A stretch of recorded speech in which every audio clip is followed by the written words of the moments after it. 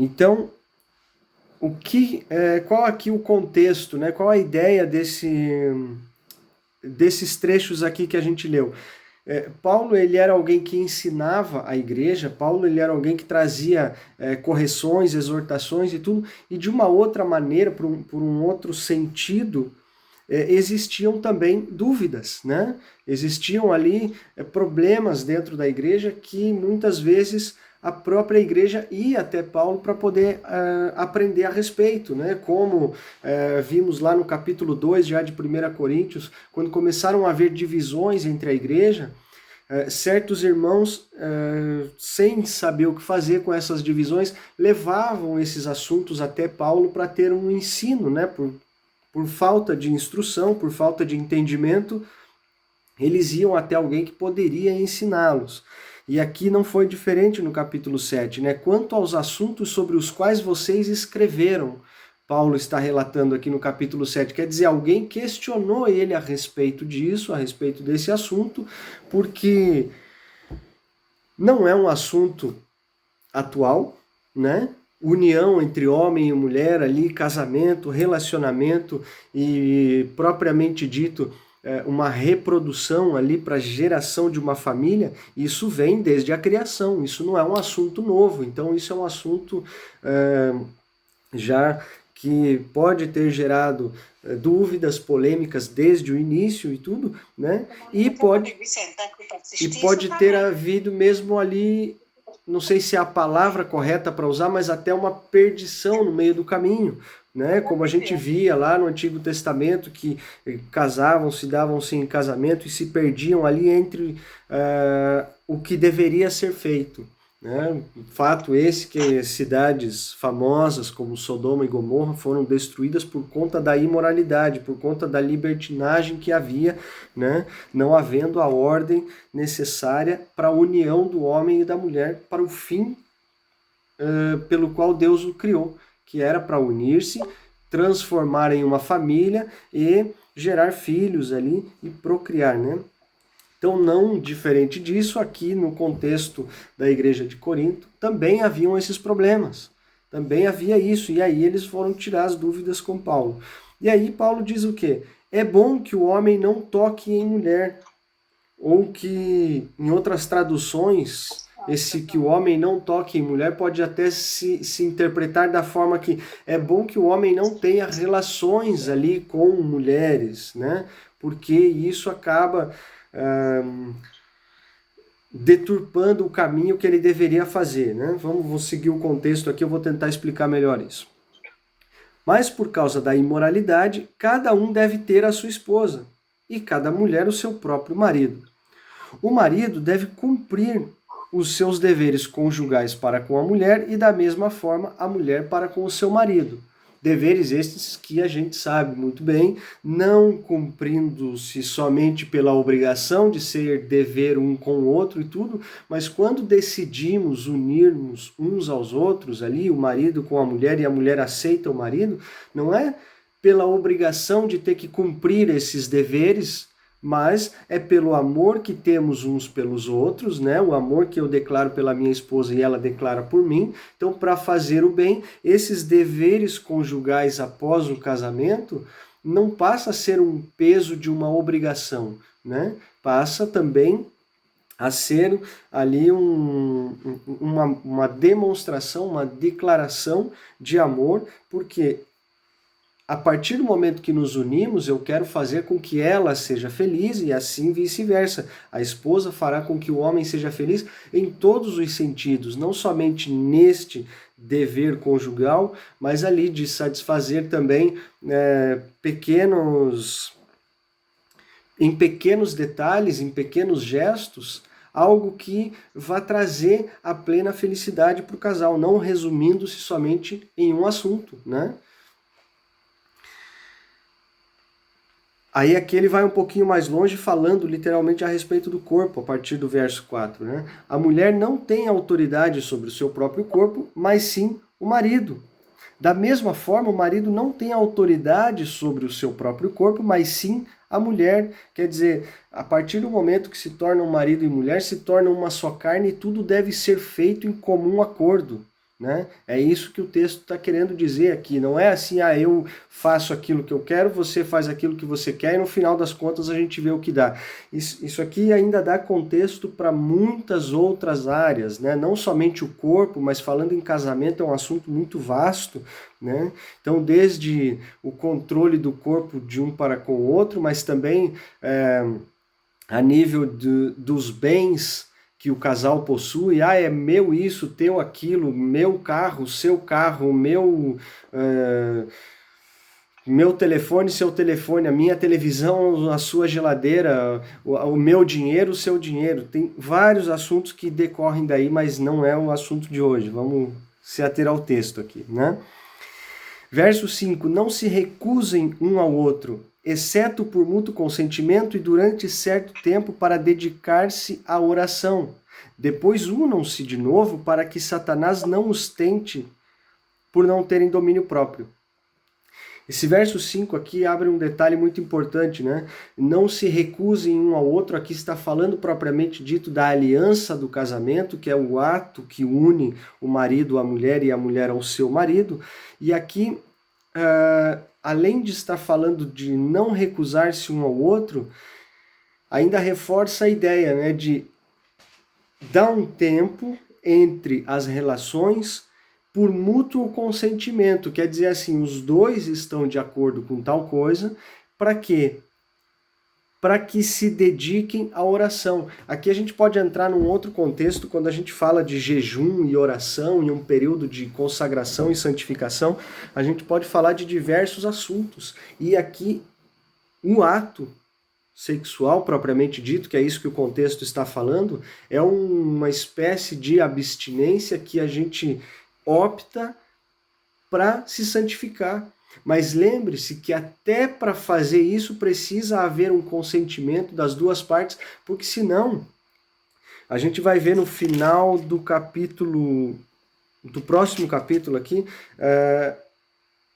por mais que seja um ato de santificação, eu estou querendo fazer o bem, eu estou querendo me santificar, orar e me aproximar de Deus, mas até com esse ato eu posso estar servindo de pedra de tropeço para o meu companheiro, para a minha companheira, né? Então tudo deve ser feito com prudência e com sabedoria e, se tratando de um casal, com acordo entre os dois, um acordo mútuo. Senão, vai acontecer aqui o que o versículo termina falando, né? Depois, unam-se de novo. A gente compreende bem o que quer dizer o ato de unir-se novamente, depois de estar desligado depois de um período. Para quê? Para que Satanás não os tente por não terem domínio próprio.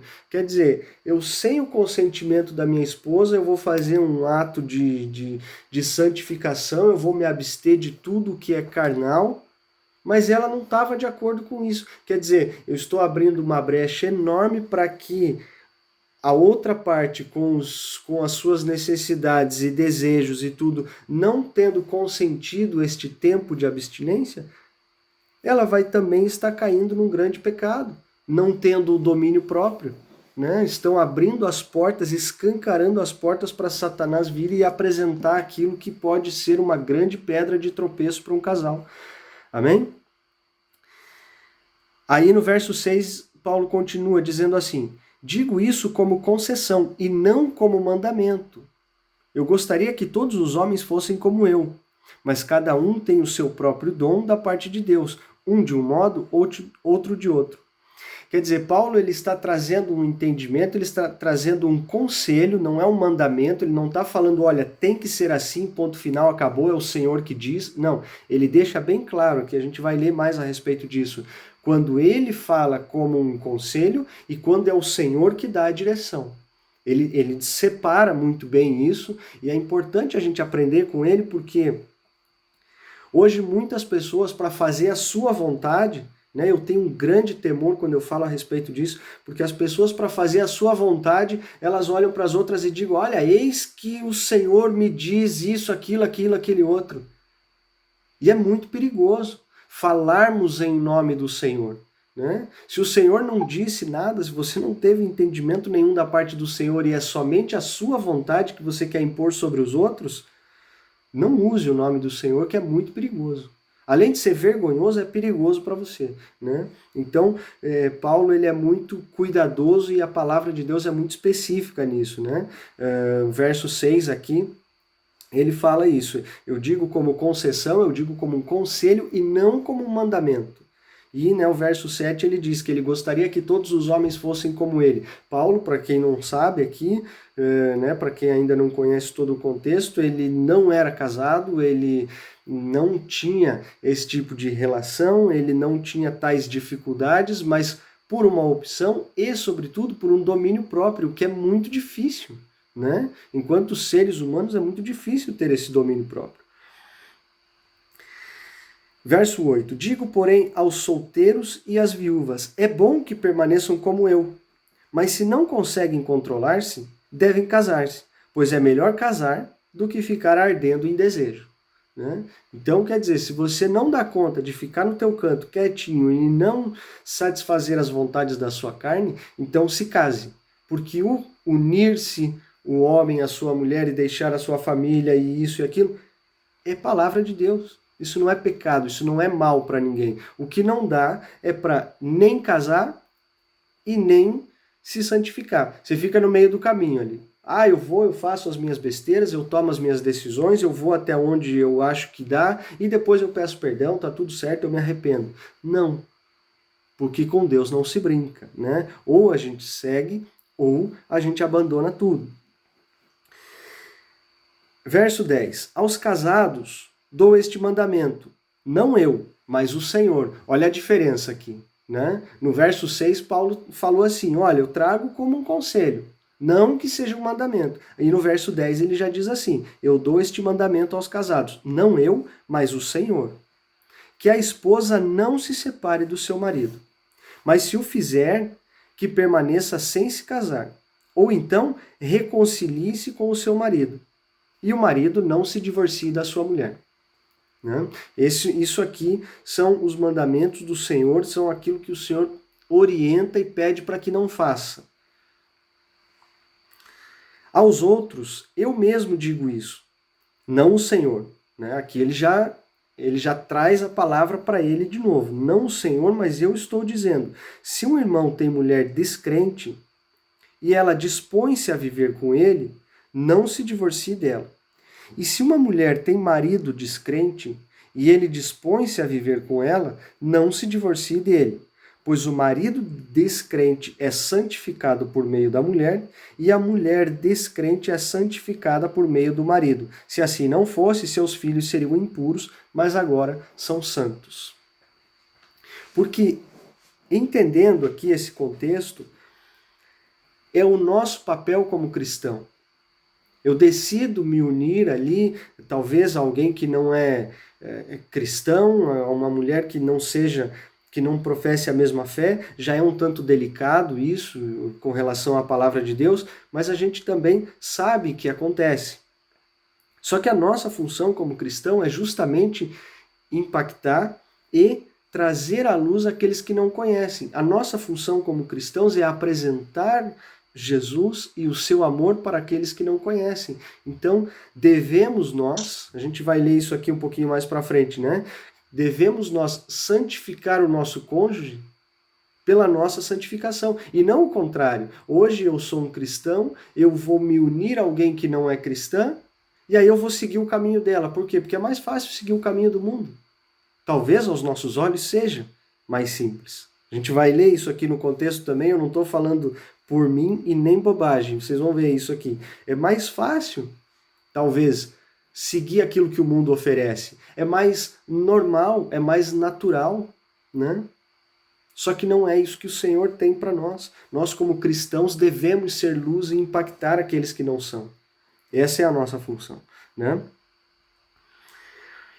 Verso 15. Todavia, se o descrente separar-se, que se separe.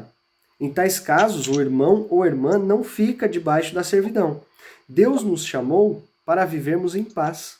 Você, mulher, como sabe se salvará o seu marido?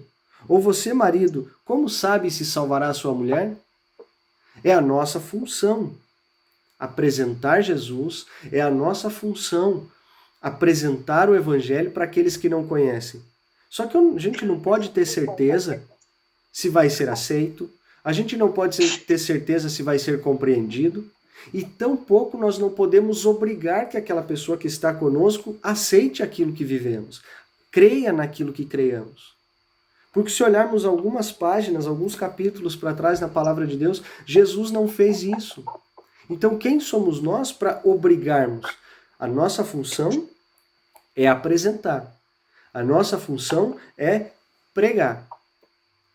Primeiro com as nossas atitudes, né, com a nossa vida, despertando-se a curiosidade, nós ensinamos um pouco mais daquilo que vivemos, mas não podemos fazer além disso. Não é por imposição, não é, como a gente diz no bom português, né, enfiar a goela abaixo ali, que vai mudar alguma coisa. Aí a gente só vai se tornar mais radical do que aquilo que já somos vistos. E aqueles que não creem, aqueles que não conhecem, só vamos fazer com que eles se afastem mais de nós, ao invés de aceitar o evangelho, né?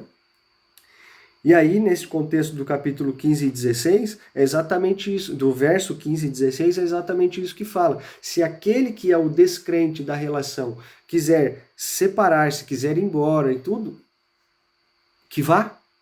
É isso que a palavra está dizendo. Assim, o cristão não ficará sob a servidão, não ficará sob a escravidão desta relação de julgo desigual. Verso 17. Entretanto, cada um continue vivendo na condição em que o Senhor lhe designou, e de acordo com o chamado de Deus. Esta é a minha ordem para todas as igrejas. Aqui eu quero abrir um parênteses enorme, em negrito, itálico e sublinhado, porque do verso 17 ao verso 24.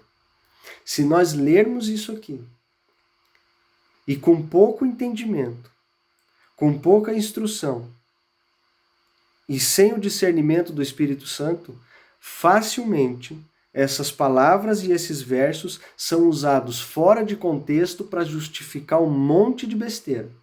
E vocês vão entender o que eu vou falar aqui.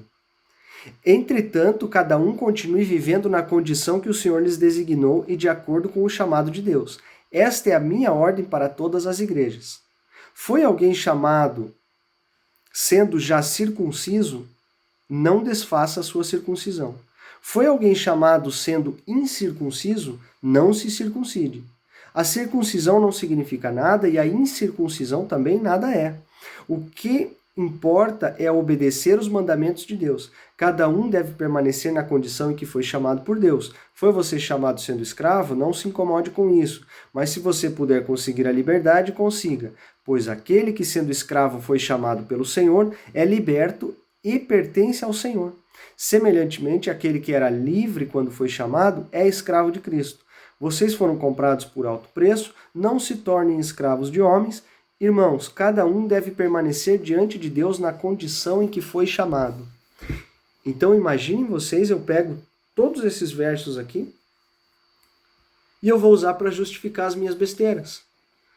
Eu fui chamado sendo alguém assim, torto, errado, grosso, infiel, ladrão.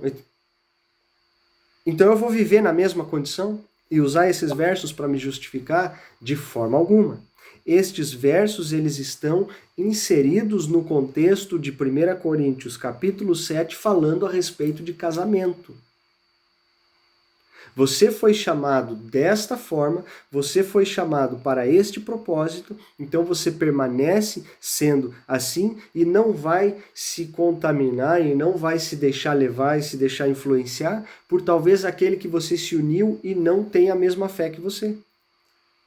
Não é para você pegar a sua velha vida, a sua velha criatura, colocar nesse contexto e dizer assim, eu fui chamado assim, então eu não vou mudar, eu sou assim e o Senhor vai me aceitar dessa forma. Não, a gente não pode confundir os textos fora de contexto. Amém? Claro aqui para todos, né? Então, que não tiremos o texto do contexto e não vamos aqui justificar outros feitos que não sejam ligados a este contexto, né? Verso 25. Quanto às pessoas virgens, não têm o mandamento do Senhor, mas eu dou meu parecer como alguém que, pela misericórdia de Deus, é digno de confiança. Notaram aqui mais uma vez ele trocando as palavras? Não é mais o Senhor que diz, sou eu, Paulo, estou dizendo aqui, olha, o meu parecer é esse. Mas por quê?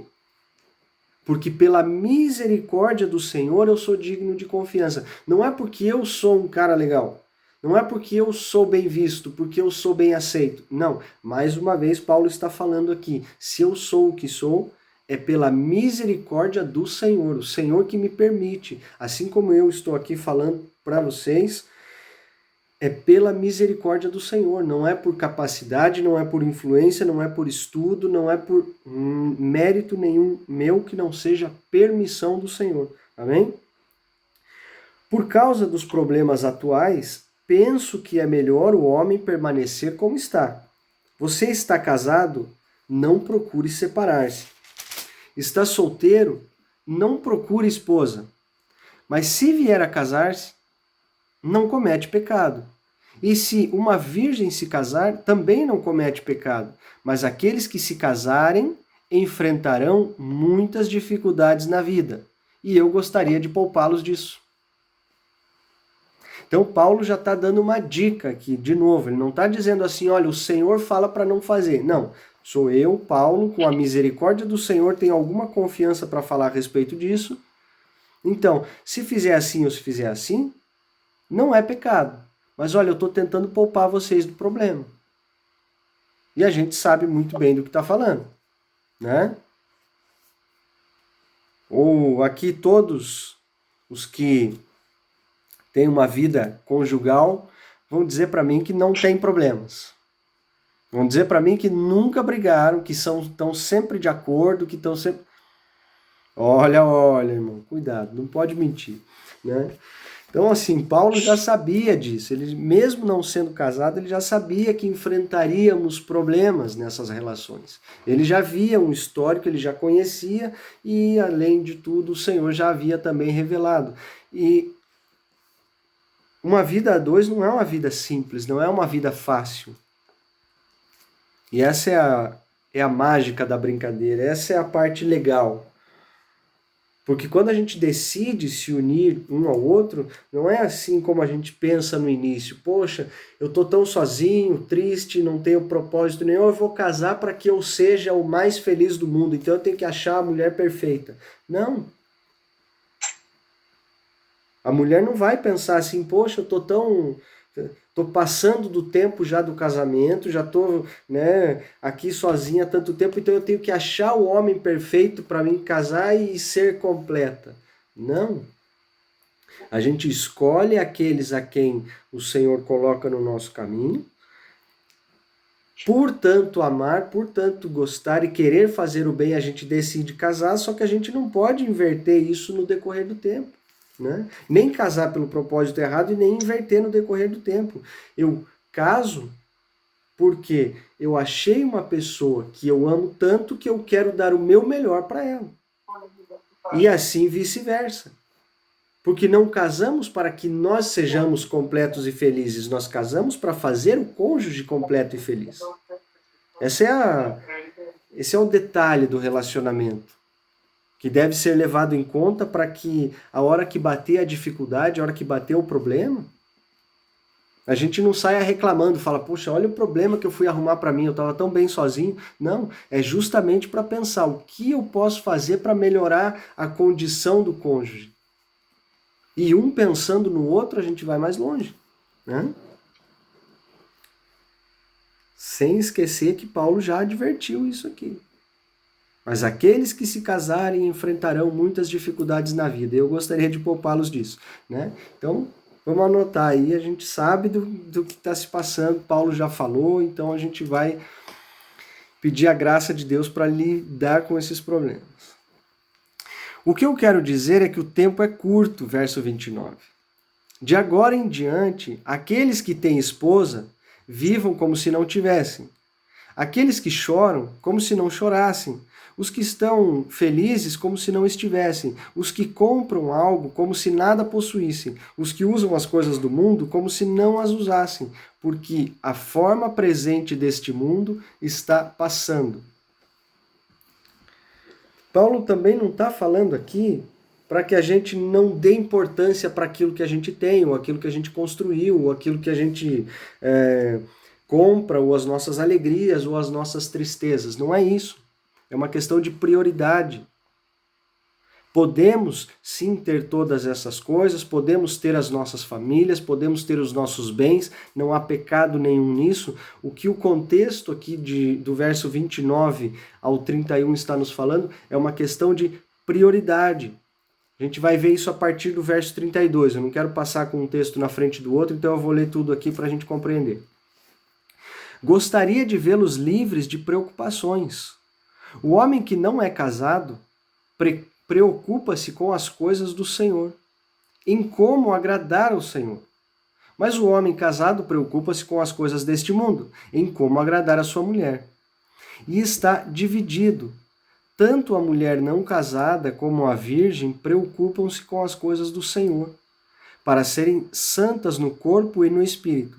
Mas a casada preocupa-se com as coisas deste mundo, em como agradar o seu marido. Eu estou dizendo isso para o próprio bem de vocês, não para lhes impor restrições, mas para que vocês possam viver de maneira correta, em plena consagração ao Senhor. Então aqui desde o verso 29 até aqui o 35, Paulo está dizendo assim, olha, vocês têm o direito, vocês podem fazer, usufruir e casar e ter as suas famílias e tudo. Só que aqui, intrinsecamente ligado neste contexto, a gente volta para Mateus 6,33. Buscai primeiro o reino de Deus e a sua justiça, e as demais coisas vos serão acrescentadas. Mas a gente busca primeiro o bem-estar, não que seja pecado, tá, gente? Mas a gente busca primeiro o bem-estar da nossa casa, deixando o Senhor de lado. A gente busca primeiro o trabalho para trazer mais dinheiro para casa, para pagar o salão da esposa, para pagar o cabelo, para pagar a unha, para pagar isso e aquilo e deixar ela feliz. Não há pecado nenhum nisso, não há mal nenhum nisso. Só que eu não posso esquecer que a minha prioridade é buscar primeiro o reino de Deus e as demais coisas nos serão acrescentadas.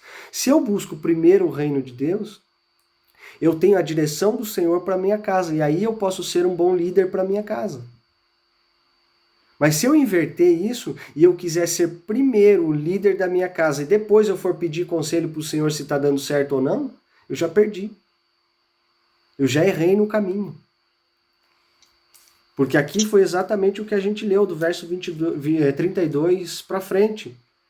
Mais uma vez, Paulo adverte que gostaria de nos ver livres das preocupações, mas ainda assim nós escolhemos casar e enfrentar as dificuldades. Então o marido vai dar atenção para a esposa para o marido, vai cuidar da casa, disso, daquilo. Já é 11h30 da noite, eu já fiz tudo que eu tinha para fazer, eu já limpei, eu já lavei, eu já passei, eu já fiz comida. Agora sobrou 10 minutinhos antes de dormir, com muito sono eu vou orar. E não deveria ser o inverso? A gente levanta, a gente dedica o tempo ao Senhor, a gente busca o reino de Deus e aí depois todas as coisas se desenrolam da maneira que deve ser, porque se a gente cuida das coisas do Senhor, o Senhor cuida das nossas. A gente entrega tudo nas mãos dele, é ele que vai dar a direção, é ele que vai nos orientar, nos guiar e nos livrar de todo o mal. Mas a gente está em 1 Coríntios 7, Mateus 6 já ficou lá para trás. Entrar no quarto, dobrar o teu joelho, que o teu pai que estiver em secreto tal, vai te recompensar, isso aí já ficou para longe. Verso 33, então, de Mateus 6, que é buscar primeiro o reino de Deus, já ficou para trás, já faz quanto tempo que a gente estudou isso? Só que a gente não pode esquecer. A gente não pode esquecer porque a palavra de Deus ela não fica esquecida, ela não fica velha, ela não fica ultrapassada. A gente estudou isso faz um ano, mas hoje é aplicável.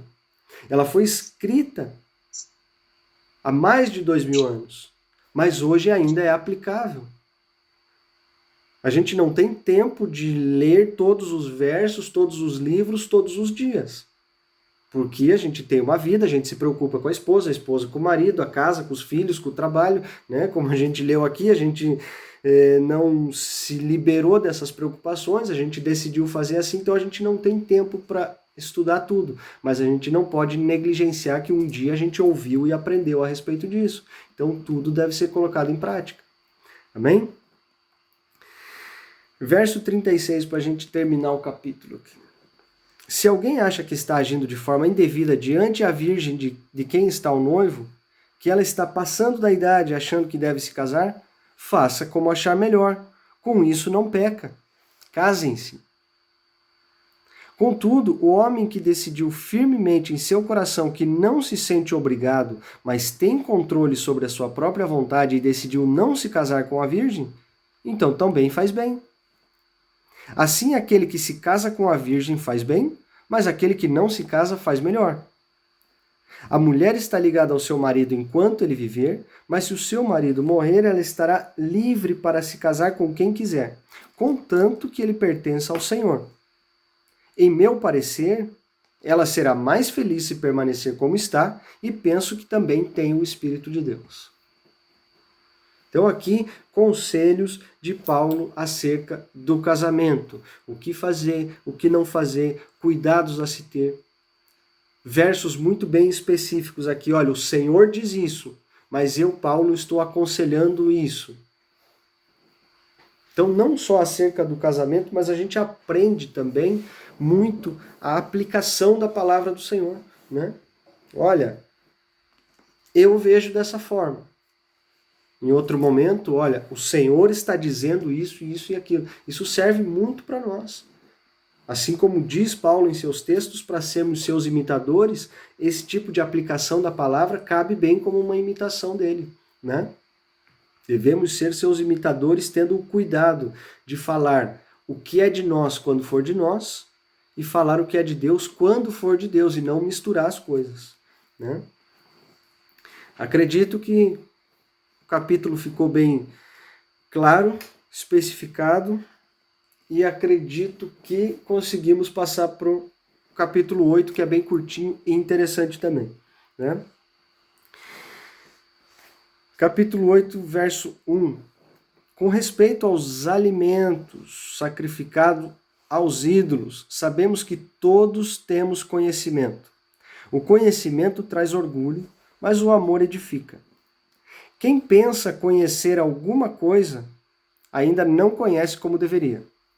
Mas quem ama a Deus, este é reconhecido por Deus.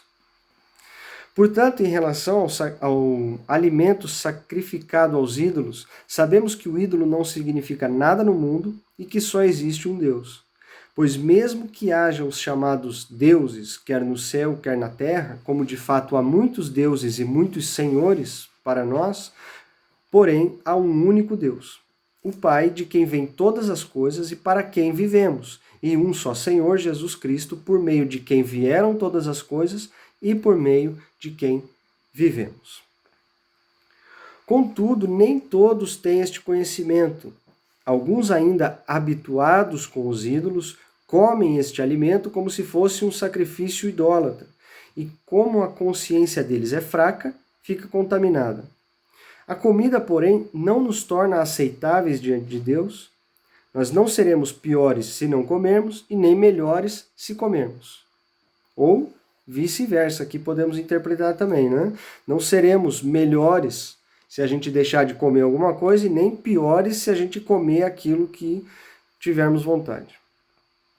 Contudo, tenham cuidado para que o exercício da liberdade de vocês não se torne uma pedra de tropeço para os fracos. Pois se alguém que tem a consciência fraca vir você que tem este conhecimento comer num templo de ídolos, não será induzido a comer o que foi sacrificado aos ídolos? Assim, este irmão fraco, por quem Cristo morreu, é destruído por causa do conhecimento que você tem. Quando você peca contra o seu irmão desta maneira, ferindo a consciência fraca deles, peca contra Cristo. Portanto, se aquilo que eu como leva o meu irmão a pecar, nunca mais comerei carne para não fazer meu irmão tropeçar. Então essa é a declaração de Paulo a respeito de comida sacrificada, aos ídolos, e um ensino muito claro e muito direto para nós em poucas palavras desse capítulo, né? Olha, a gente aprende, a gente lê, a gente entende aquilo que o Senhor fala a respeito de determinados assuntos, de determinadas coisas, mas tem pessoas que não têm o mesmo entendimento, que não tiveram acesso ao mesmo ensino ou à mesma leitura e interpretação. Então, quer dizer, ainda estão talvez condicionados a alguns ensinos ou alguma falta de instrução, e para determinados irmãos, determinada comida, bebida ou prática é pecado, é mal, é ruim.